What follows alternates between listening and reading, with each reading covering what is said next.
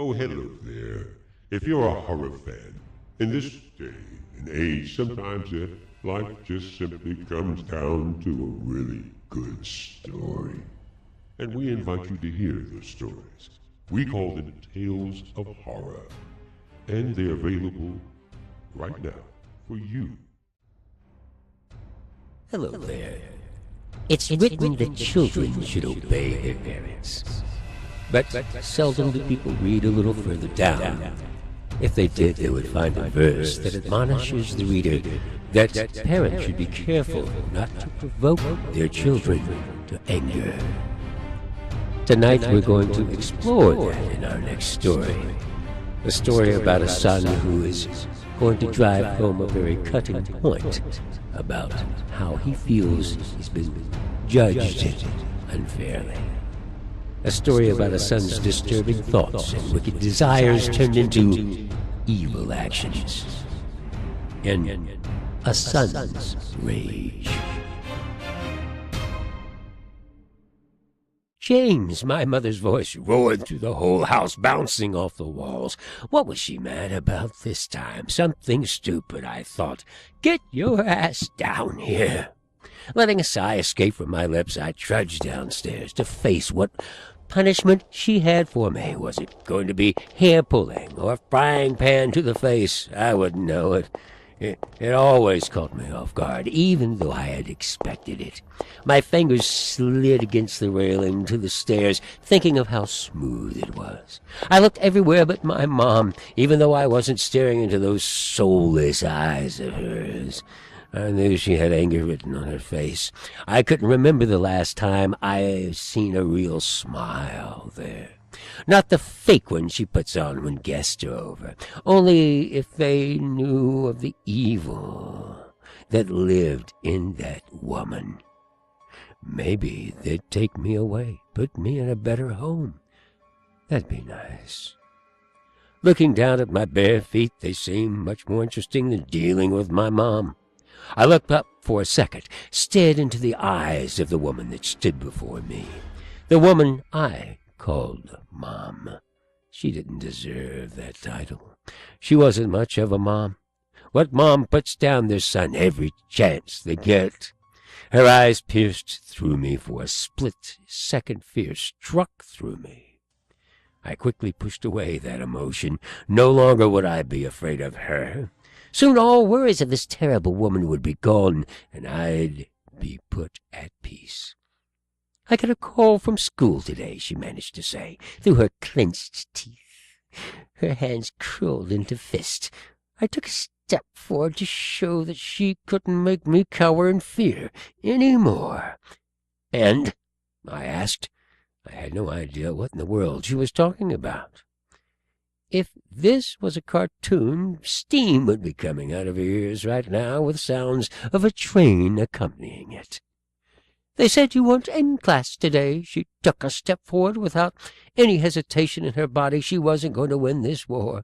I was in school today. I gave her a dumbfounded look. I wasn't lying. I was definitely in all of my classes today. I wanted to graduate so I could get away from this hellhole. I don't know how the school would get that wrong. I wasn't tardy to any of my classes today. It had to be a mistake. But I knew all the convincing in the world wouldn't make her believe that I was in school today. She always wanted a reason to start a fight, always wanted a reason to smack me around. Are you saying that they would lie? Why would they lie, James? She cocked her head at me, anger still burning up in her. I don't know, I shrugged my shoulders, proceeding to look back at my feet. Maybe they made a mistake. Hello. Isn't it wonderful, the holiday season? You can probably imagine which is my favorite of all the holidays. The next story, in title and content, celebrates that most interesting of all holidays, Halloween.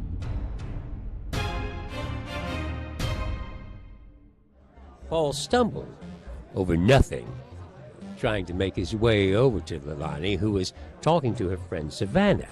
And when he did, he spoke with a slurred voice. Hey, Lay, want to dance? She laughed along with her friend. Paul, you can't even maintain your balance to dance. Paul started to spin, attempting a dance move, and when he was done, a smile found its way to his face. See? Didn't even fall. Oh, I see. Try again. Leilani watched as he followed through with her demand.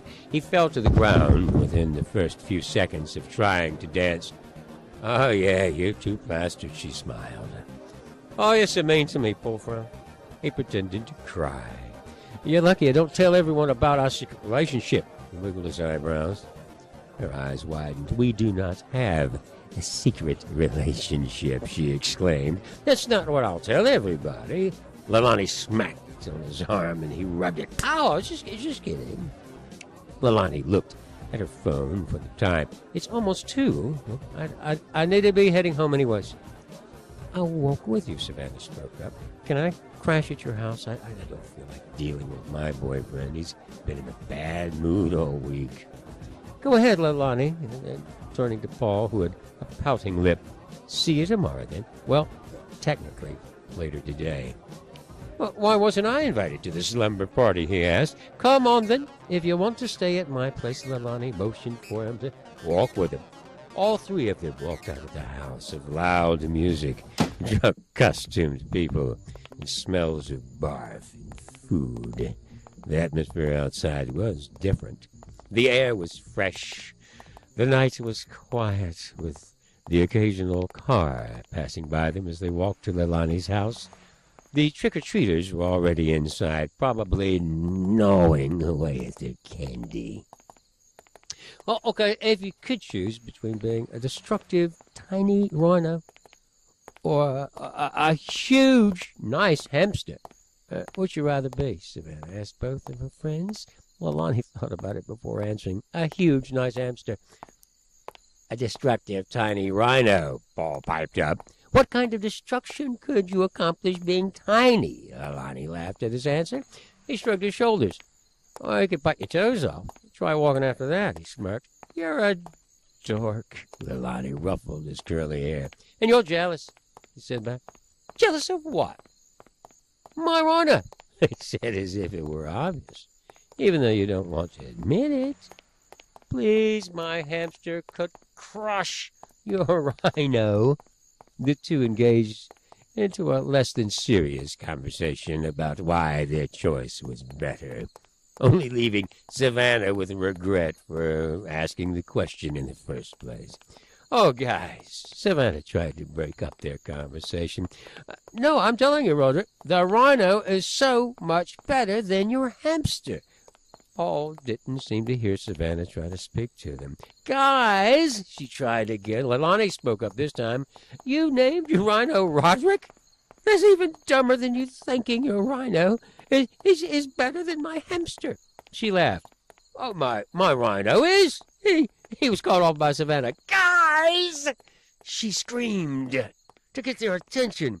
And that's what she got. Leilani and Paul turned their focus to their other friend.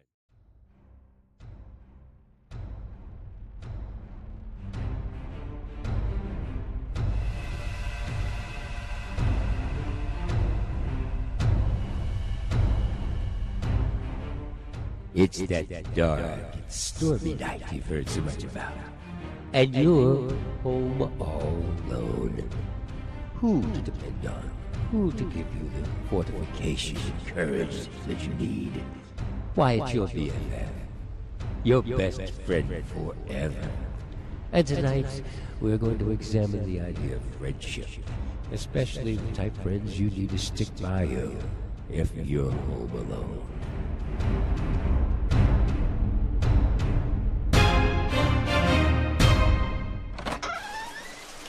Cynthia, we're leaving, her mother called out to her from the bottom of the staircase. Cynthia rushed down the stairs to give her mother and father hugs before they left for dinner. She embraced them, and the smell of vanilla that was mixed in with cheap cologne that wafted through her nostrils Don't answer the door to anyone, her dad pulled away from his daughter's hug, giving her strict rules. Oh, I know, Cynthia puffed. She pushed her parents out the door, knowing very well if she didn't make them leave now, they'd be late for the dinner reservations. Plus, she enjoyed the time alone. The front door shut, and she felt a sense of freedom in the air.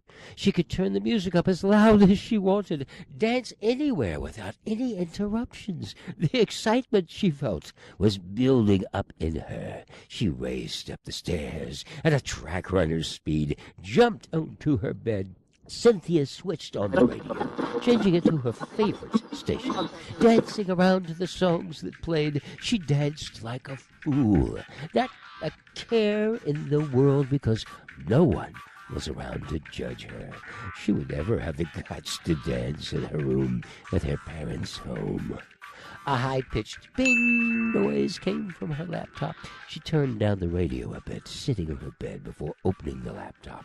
It wasn't one of those fancy ones with a webcam or anything. It was a laptop, and she loved it. On the screen popped up an instant message from her friend Lauren. Lauren, 789. Hey, girl! Cynthia hovered her fingers over the keyboard before replying back to her friend. Cynthia, 1995. Been a while. Lauren, 789. I know. I'm sorry about letting that fight ruin our friendship. I shouldn't have flipped out because you're dating my ex. Cynthia, 1995. We were immature. Don't worry about it. A sense of relief overwhelmed Cynthia. It had been at least half a year since she talked to Lauren because of the fight they had. Knowing their problems were old news and should be put in the past was a good thing. And a smile crept onto Cynthia's face, making a dimple show on her cheek. Lauren, 789. How are you and him anyways? Cynthia, 1995. Oh, we broke up. 5 minutes passed and no reply came. She checked to see if their internet was out. It would be a reasonable explanation because the storm brewing outside. The storm. The thunder cracked and the lightning lit up this night sky for a few seconds. The flashes, the wind whirled around, making it seem like it was whistling or singing the songs of the wind. Lauren, 789. Oh, I'm sorry. Cynthia, 1995. Don't be. He was a jerk anyway. Lauren, 789. So true. With a smiley face. So can I come over? I'm kind of bored. Parents are out. Cynthia, 1995. Mine are out too. Come on over. You know where I live. Be there soon. Be safe. The weather is terrible. Don't worry about me. I'll be fine. Lauren, 789, is offline. Cynthia hopped off her bed and turned the music up some more. She pranced all the way downstairs and grabbed some snacks and beverages to take upstairs. She let out a sigh as she dropped the items on her bed. It was a happy sigh. Everything was going perfect for her. Things are getting back to what they were with her old best friend. Took half a year, but they finally realized their stupid actions and made up. A knock erupted through the whole house, overpowering her music. It made Cynthia jump a little. She peered out her window, but couldn't see if someone was by the front door because of that tree that blocks her way of seeing. On her way down the stairs, she realized a weird feeling in her gut. The person on the other side of that door, it wasn't Lauren. She knew that for sure. She could sense the feeling of danger. Slowly she approached the door. There was no peephole or window near the front door, so it wasn't like she could look out to see who was there. The years of watching horror movies and reading those bad newspaper stories, they finally got to her. It only made her fear the worst. She remembered the many stories about children staying home alone, and what happened to them. Reaching the door, she knew she had to man up, answer it. It's just my nerves, Cynthia said under her breath. Her posture wasn't as tense anymore. She shook her nerves before opening the door.